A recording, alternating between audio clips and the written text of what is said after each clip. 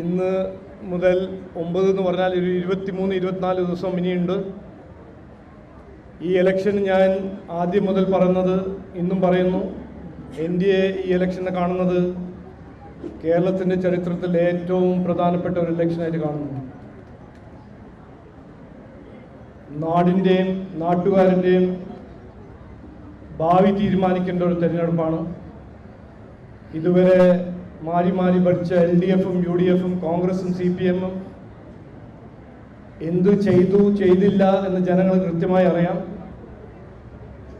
അതിനെക്കുറിച്ച് കൂടുതൽ പറയേണ്ട ആവശ്യമില്ല. നാടിൻ്റെ സ്ഥിതി, കുട്ടികളുടെ സ്ഥിതി, കർഷകരുടെ സ്ഥിതി, മത്സ്യത്തൊഴിലാളികളുടെ സ്ഥിതി, ബിസിനസ് വ്യവസായങ്ങളുടെ സ്ഥിതി, ഇതെല്ലാം എല്ലാവർക്കും അറിയാം. അതിൻ്റെ അപ്പുറം ഒരു വിവാദ രാഷ്ട്രീയം ആണ് നമ്മൾ കാണുന്നത് കഴിഞ്ഞ എത്ര കൊല്ലമായിട്ട്. അപ്പോൾ ഈ ഇലക്ഷൻ ഞങ്ങൾ പറയുന്നതും ജനങ്ങൾ പറയുന്നതും മതിയായി. ഈ കോൺഗ്രസും CPM മാറ്റം തുടങ്ങാം. ഒരു പുതിയ കേരളം നമുക്ക് സൃഷ്ടിക്കാം. NDAൻ്റെ മുദ്രാവാക്യമാണ് മാറാത്തത് മാറും, ഇനി കേരളം വളരും. ഇത് മുമ്പോട്ട് വെച്ച് ഒരു വികസിത കേരളത്തിൻ്റെ കാഴ്ചപ്പാട് വരാൻ പോകുന്ന ദിവസത്തിൽ ഞങ്ങൾ മുമ്പോട്ട് വയ്ക്കും. ജനങ്ങൾ ഈ വികസന സന്ദേശം, NDAൻ്റെ ഈ വികസന കാഴ്ചപ്പാട്, ഈ മാറ്റം, ജനങ്ങൾ ആഗ്രഹിക്കുന്ന ഒരു മാറ്റം കൊണ്ടുവരാൻ താല്പര്യവും കഴിവും കോൺഗ്രസ് നശിപ്പിച്ച് CPM നശിപ്പിച്ച് നാടിനെ മാറ്റാൻ BJP NDA 2020 BDSന് മാത്രമേ കഴിയുള്ളൂ എന്ന് മുമ്പോട്ട് വെച്ച് ഞങ്ങൾ ഒരുമിച്ച് ഈ വികസന സന്ദേശം വീട് വീട് പോയി പറയും. ഈ മാറ്റം, ജനങ്ങൾ ആഗ്രഹിക്കുന്ന മാറ്റം കൊണ്ടുവരും എന്ന് ഞങ്ങൾക്ക് 100% കോൺഫിഡൻസ് ഉണ്ട്, ആത്മവിശ്വാസമുണ്ട്. 140 സീറ്റിൽ ഞങ്ങൾ മത്സരിക്കും. ഒരു തർക്കമില്ല, ഒരു ഇഷ്യൂ ഇല്ലാണ്ട് ഞങ്ങൾ NDAയിൽ സീറ്റ് വിഭജനവും സീറ്റ് ഡിവിഷനും സീറ്റ് തീരുമാനമെല്ലാം നന്നായി നടക്കും. വരാൻ പോകുന്ന കാലത്ത് അത് സീറ്റ് ഞങ്ങൾ അനൗൺസ് ചെയ്യും. അപ്പോൾ എല്ലാ മലയാളികളുടെയും എല്ലാ ജനങ്ങളുടെയും അനുഗ്രഹവും പിന്തുണയും അഭ്യർത്ഥിച്ച് ഞാൻ നിർത്തുന്നു.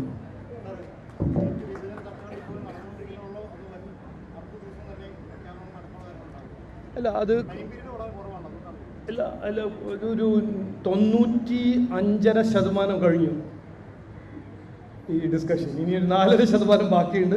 അത് അടുത്ത 2 ദിവസം കംപ്ലീറ്റ് ആവും. അല്ല, NDA ഞാൻ പറഞ്ഞതെല്ലാം ഇവിടെ ഇരിക്കുന്ന ഞങ്ങൾ NDA ആയിട്ടാണ് ഈ വാർത്താ സമ്മേളനം. ഞാൻ പറഞ്ഞതെല്ലാം NDAൻ്റെ അഭിപ്രായം, NDA ചെയ്യാൻ പോകുന്നതും NDA ചെയ്തതും എന്നാണ് ഞാൻ പറഞ്ഞത്. ഞാൻ പറഞ്ഞില്ലേ, ഇലക്ഷന് മുമ്പ് എല്ലാം തീരുമാനിച്ച് ഞങ്ങൾ പ്രഖ്യാപിക്കും, പേടിക്കണ്ട.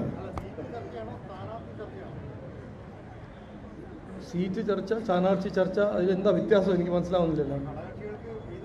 അല്ല, ഈ ഡീറ്റെയിലിൽ പോകേണ്ട ആവശ്യമില്ല എന്നാണ് എൻ്റെ ഒരു റിക്വസ്റ്റ്. ഇത് ഞങ്ങൾ തീരുമാനിച്ചോളാം. അല്ല, അങ്ങനെ അല്ല, ഞാൻ പറഞ്ഞത് എന്താണ്, NDAയിൽ ഒരു തർക്കമില്ല, എല്ലാം സ്മൂത്തായിട്ട് പോകുന്നുണ്ട്. 140 സീറ്റിൽ NDA മത്സരിക്കും. വിന്നിങ് കാൻഡിഡേറ്റ്സ് ആയിട്ട് 140 സീറ്റിൽ NDA മത്സരിക്കും. അതാണ് ഞങ്ങളുടെ ലക്ഷ്യം, അതാണ് ഞങ്ങൾ ചെയ്യാൻ പോകുന്നത്. അത് വരാൻ പോകുന്ന 2-3 ദിവസത്തിൽ അത് ഞങ്ങൾ പ്രഖ്യാപിക്കും.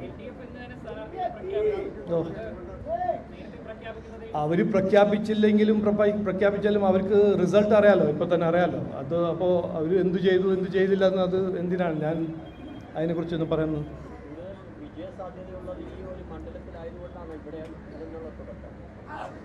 അല്ല, ഞാൻ ഇപ്പോൾ പറവൂർ വന്നത് എന്തിനാ അങ്ങനെ ചോദിക്കല്ലേ, വെറുതെ. എല്ലാ സീറ്റ് വിജയസാധ്യതയുണ്ട്. കാരണം ഞാൻ പറഞ്ഞുതരാം. അത് ഞങ്ങളെക്കുറിച്ചൊന്നുമല്ല, ജനങ്ങൾ ആവശ്യപ്പെടുന്നത് ഈ മതിയായി എന്നാണ് അവർ പറയുന്നത്. മതിയായി CPM, മതിയായി കോൺഗ്രസിൻ്റെ രാഷ്ട്രീയം. അവർക്ക് വേണ്ടത് ഒരു പുതിയ വികസന രാഷ്ട്രീയം. അവരെ കുട്ടികൾക്ക് വേണ്ട ഒരു ഭാവി, നല്ലൊരു ഭാവി വേണം. അത് ഏത് അസംബ്ലി മണ്ഡലത്തിൽ നിങ്ങൾ പോയാൽ ചോദിച്ചാൽ അവർ പറയുന്നുണ്ട്. അപ്പോൾ എന്തുകൊണ്ട് ഞാൻ ഒരു മണ്ഡലമോ 2 മണ്ഡലം മാത്രം ഫോക്കസ് ചെയ്യണം? അത് അങ്ങനെയല്ല NDA നോക്കുന്നത്. 140 സീറ്റിൽ കമ്പറ്റീറ്റീവ് വിന്നിങ് കാൻഡിഡേറ്റ്സ് മത്സരിക്കാൻ പോകുന്നു. കാരണം ഞങ്ങളുടെ ലക്ഷ്യം നാടിനെ നന്നാക്കണം, നാട്ടിൽ മാറ്റം കൊണ്ടുവരണം, ബാബു തിവാരി പറഞ്ഞ പോലെ ഇത് ഒരു പുതിയ രാഷ്ട്രമാണ്.